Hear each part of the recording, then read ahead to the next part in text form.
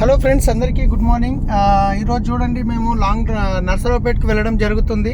So నా ముందర కనిపిస్తుంది ఒక లారీ కనిపిస్తుంది కదా. సో ఈ లారీ అనేది మనం ఒకసారి జర్నీ స్టార్ట్ చేసినప్పుడు ఇలాంటి ప్రాబ్లమ్స్ వస్తుంటాయి. సో ప్రాబ్లం అంటే ఏంటంటే, ఈ లారీ అనేది దాని ప్లేస్లో అది వెళ్తుంది. కానీ ఇప్పుడు నేను జీవితంలో ఎదగాలనుకొని ముందుకు వెళ్ళేటప్పుడు ఇలాంటి ఛాలెంజెస్ వస్తాయి. నేను ముందుకు వెళ్ళాలనుకున్న ఏం చేయాలి, దీన్ని ఓవర్టేక్ చేయాలి. ఓవర్టేక్ చేసి కొంచెం స్పీడ్ పెంచిన అనుకోండి, నేను ఈజీగా ముందుకు వెళ్ళిపోతాను. వెళ్ళిన తర్వాత మళ్ళీ ప్రాబ్లం అయిపోయిందంటే అయిపోదు. మీరు చూస్తున్నట్లయితే మళ్ళీ ముందు ఇంకొక వెహికల్ వచ్చింది. సో ఈ వెహికల్ అనేది వస్తూనే ఉంటుంది. ఇలాంటి వెహికల్ ఓవర్టేక్ చేసుకుంటూ పోతూనే ఉండాలి.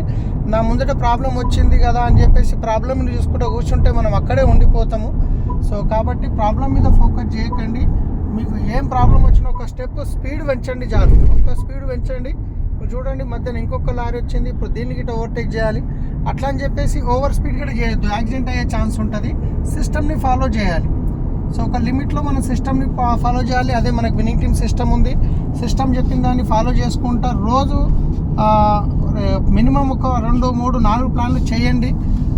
ఓవర్ స్పీడ్ పోయినా కానీ యాక్సిడెంట్ అవుతుందని చెప్పాను కదా. అట్లా అని చెప్పి 20-30 ప్లాన్లు ఏం చేయట్లేదు కదా. సిస్టమ్ ఒక 3-4 ప్లాన్లు యావరేజ్గా మీరు ప్లాన్ చేయండి. ఖచ్చితంగా సక్సెస్ అవుతారు. జీవితంలో ఛాలెంజెస్ వస్తుంటాయి, అవి వస్తూనే ఉంటాయి. దాన్ని ఓవర్టేక్ చేసుకుంటూ పోవాలి. Thank you.